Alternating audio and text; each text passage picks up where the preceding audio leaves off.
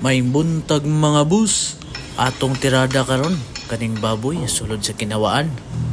Og kani ato nang gisugdad og panghiwa-hiwa. Kauban ang atong kusgan nga chief cook si Sir Ariel Logroño nga siya karon ang maoy motirada sa pagluto niining maong paklay. Og karon ato nang gianam ang mga lamas, bombay, luya og nagbutang ng tagmantika sa kaha. Pagkataod-taod ato na pong ibutang ang mga lamas, unahon na to kaning ahos.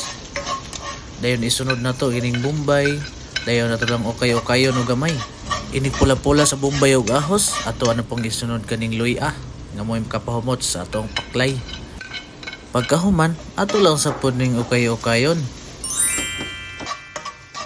Dayon ato nang isunod og lunod kaning baboy nga sud sa ginhawaan nga atong giad-ad kaganiha.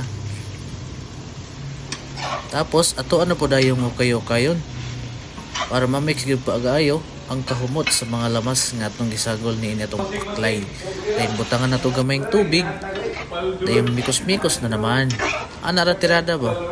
Dayon butangan nato na dihag pamintang durog, dugang pangpalasa o kahumot sa atong paklay. Dayon tapos butangan po nato sili para medyo spicy ang Morning guys, no? Narito sa Mactan First Station dun para chief cook nga na diri nagbantay naniid ko sa pagluto ang lamian nga paklay diri sa Mactan Fire Station. Then butangan nato ni gamayng suka, pampaaslam mo gamay din sili espada.